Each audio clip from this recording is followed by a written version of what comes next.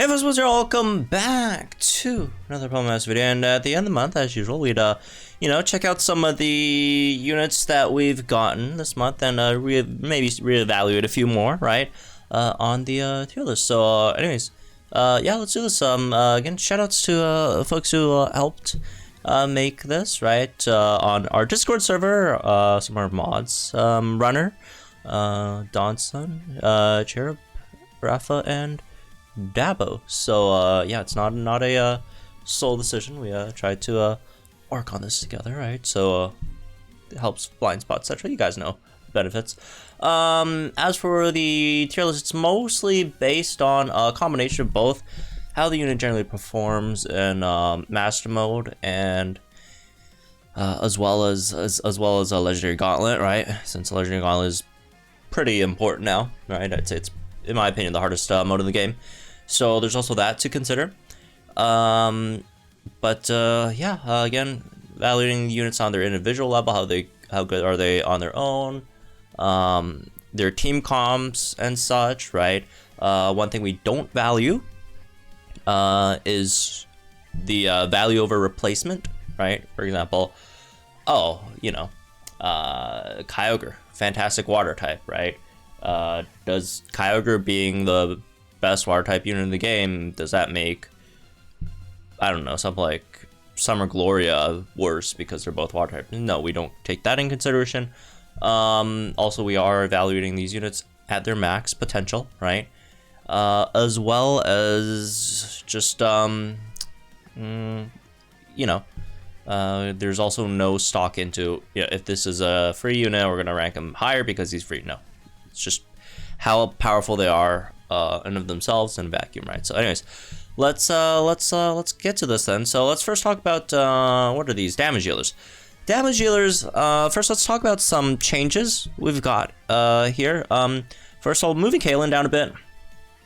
Yeah, she gets psychic terrain and all that stuff. Her damage is overall just not that great. And the point about, she could tank. No, she's not that great of a tank. There's just so many better tanks in the game, right? Like come on, right? We're not doing that anymore. Another one is Ethan. Even though he does have relatively good numbers, his overall multipliers are a bit too risky, right? There's a lot of things to consider with him, whether it's him not getting hit, whether it's him having to set up the rather difficulter to set up multipliers in comparison to something like Cynthia. Even though, again, they do relatively similar numbers, it's just much easier to have Cynthia set up, right? And to maintain the higher level of intensity that Cynthia brings. That's probably not the best word, although she is pretty intense. Anyways, moving on. Let's move some units up. One being Gloria, obviously with Steel Zone being a thing. You'll see a lot of Steel Dark type units move up. Not all of them, right? For example, Hilbert, where we decided not to move up. Even though, yes, he does get buffed in Dark Zone. The issue does remain that his recoil reduction is not good enough. And that being said, the higher damage he does to the opponent, the faster he takes himself out, right? He does have a very, very nice nuke, striker nuke at least, right? With the extra dark zone buff, so I'd say he definitely got better, but I won't say he's going to be, better in the terms that he's going to go up like a whole tier, right? Specifically. Solgaleo is another one, right? Solgaleo, I think we'll keep Solgaleo here, right?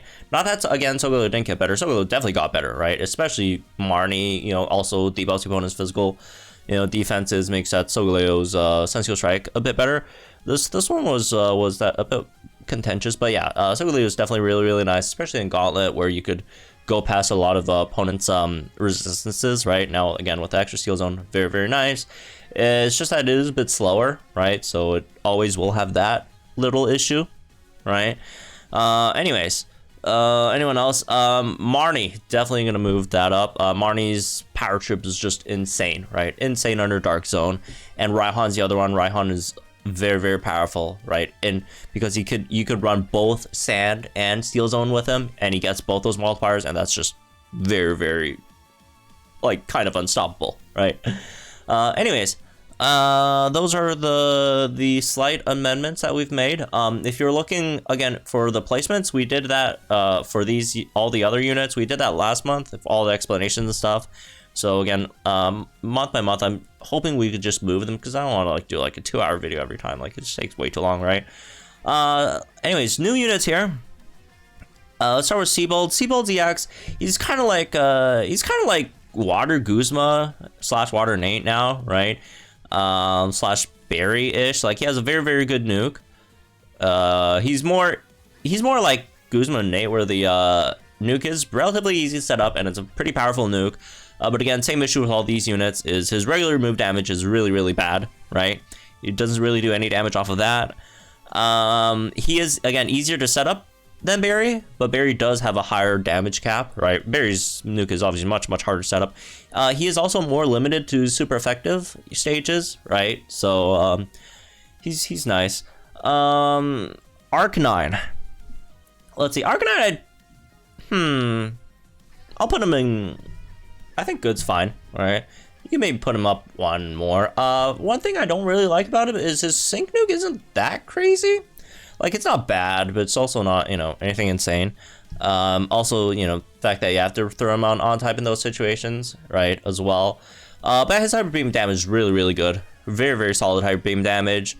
Definitely kind of sucks that he didn't get any more Hyper Beam, you know, extra help from the grid, right? A lot of his grid is focused on Swift for some reason, which is pretty bad. But, like, outside of that, pretty solid, you know, fire type damage dealer, right? Moving on, Bruno. Bruno's nice. Bruno's really, really nice, right?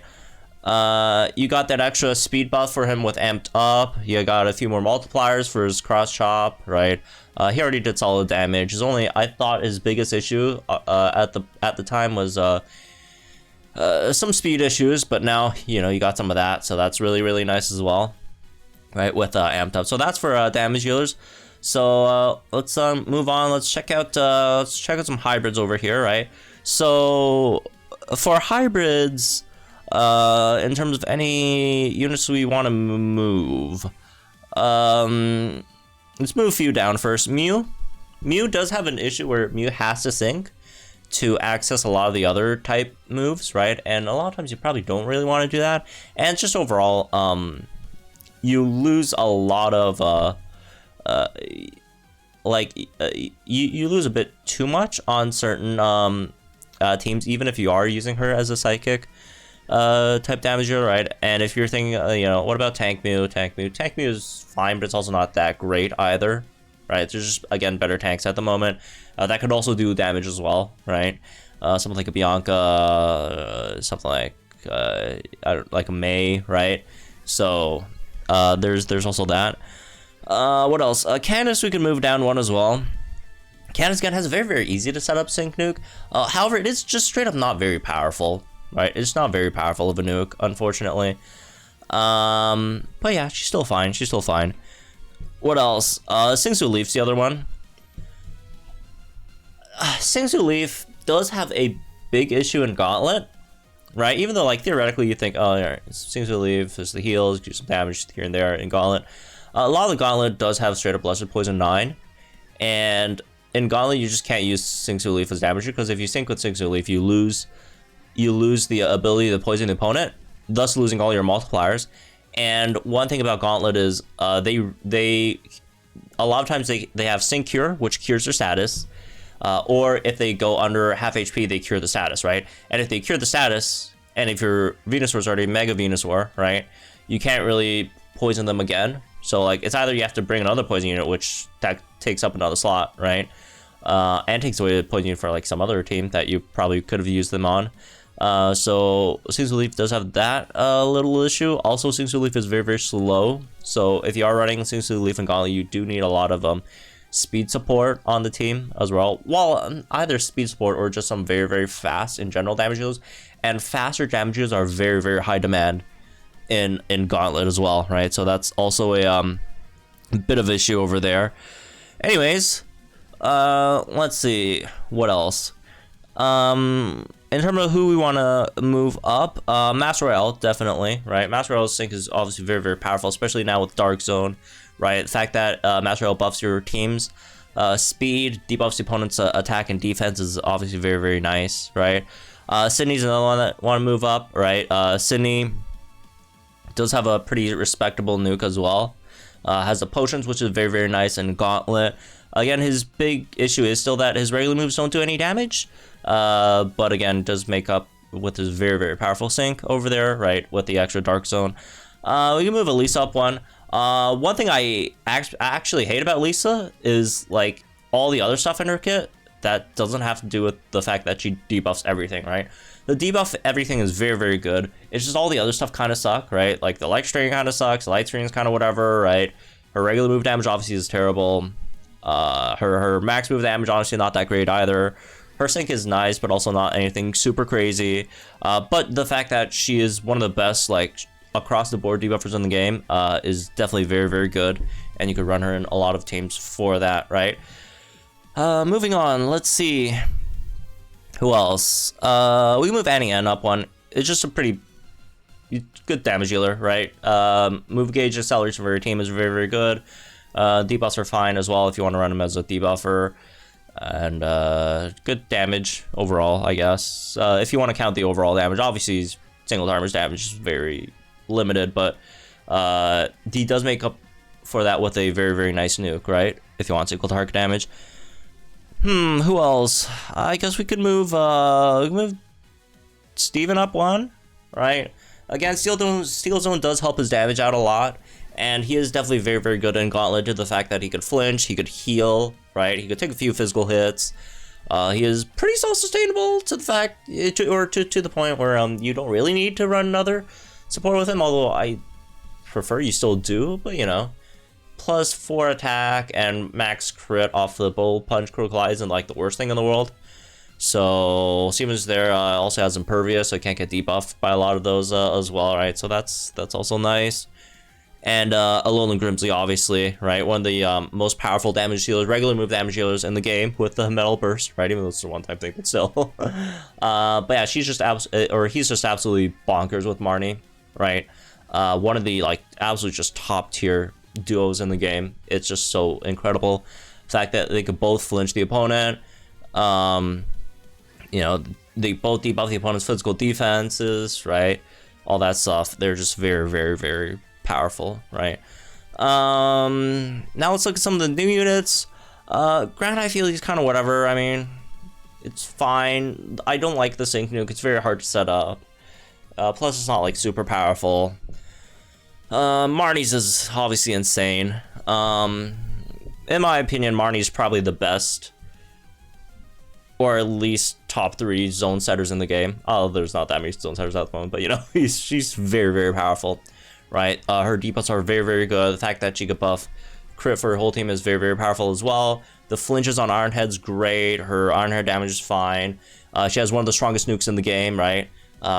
Could potentially be the strongest nuke in the game, right? Depending on what metric you're looking at. She's just pretty insane. Any downsides? She's a bit slow, I guess, right? That's definitely a downside, but other than that, again, Steel Zone, obviously, she's very, very, very, very, very powerful, especially since she has such a fantastic team comp duo with Grimsley over there, right? Cyrus definitely does have his issues, but I still think he's very, very good.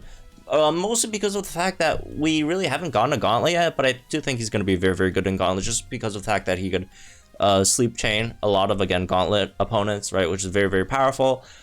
His Dark Pulse, even though it's very hard to really, you know, get it off, but if you do get it off, it's incredibly powerful, right?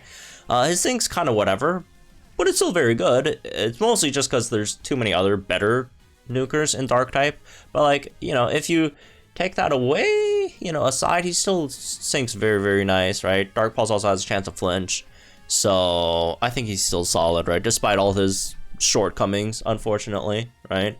Last one is utility units over here. Let's start with moving units down. We're gonna move Lyra down first. Her buffs are very, very good, but in this day and age, the lack of a support EX does really hurt, right? It really does hurt. and she's just not that great of a tank. She really isn't that great of a tank, unfortunately. Even though she has a billion HP, she has like no defenses, and she dies relatively easily, which is also slightly unfortunate. And especially since, unlike some of the other units who aren't great tanks over here that are really nice offensive buffers, a lot of these guys don't really have to survive too long. Lyra does have to survive long enough so she could actually get her buffs up, because you need to sync with her for the sun, and then you want to buff after you get the sun up, which that is also a bit of a detriment to her as well, unfortunately. So Lyra's, again, in a kind of iffy position at the moment. Who else? Phoebe, maybe. She's just slow. She's just very, very slow. And her buffs are not the best as a crit buffer. But anyways, what else? Let's talk about new units. I don't really think anyone else really moved up. But in terms of new units, B is very, very nice, right? She's basically like Elio, right? She's like an Elio, very, very similar units, I'd say. You know, you got the flinches, you got both attack and special attack buffs. You have the physical move up, which is really, really nice, right? You have hail, which is something, I guess, right? She just does a lot of things. Again, the unfortunate thing is she really can't pick everything up. There's a lot of things that you just can't pick up on her grid, unfortunately, but yeah. There's that. Cresselia, I think, would definitely be top tier. She's a very, very great tank. Right, she has the special move up next for your team, which is very, very nice. Moonlight's a great healing move for yourself, even, right? You got 1 gauge spam and confusion, and she has the move gauge acceleration, which is fantastic, right? So, also she buffs crit, buffs, you know, defense, all that stuff. She can buff special attack. It is a bit expensive to pick up the ramped up nodes, but, you know, if you really need it, you got to pick it up, right? So, anyways. That's me on this one, I guess. Hope you all enjoyed it, guys. Think in the comments down below. Like, share this video, for our channel for some more Pokemon Masters content. I'll see you guys in the next one, then.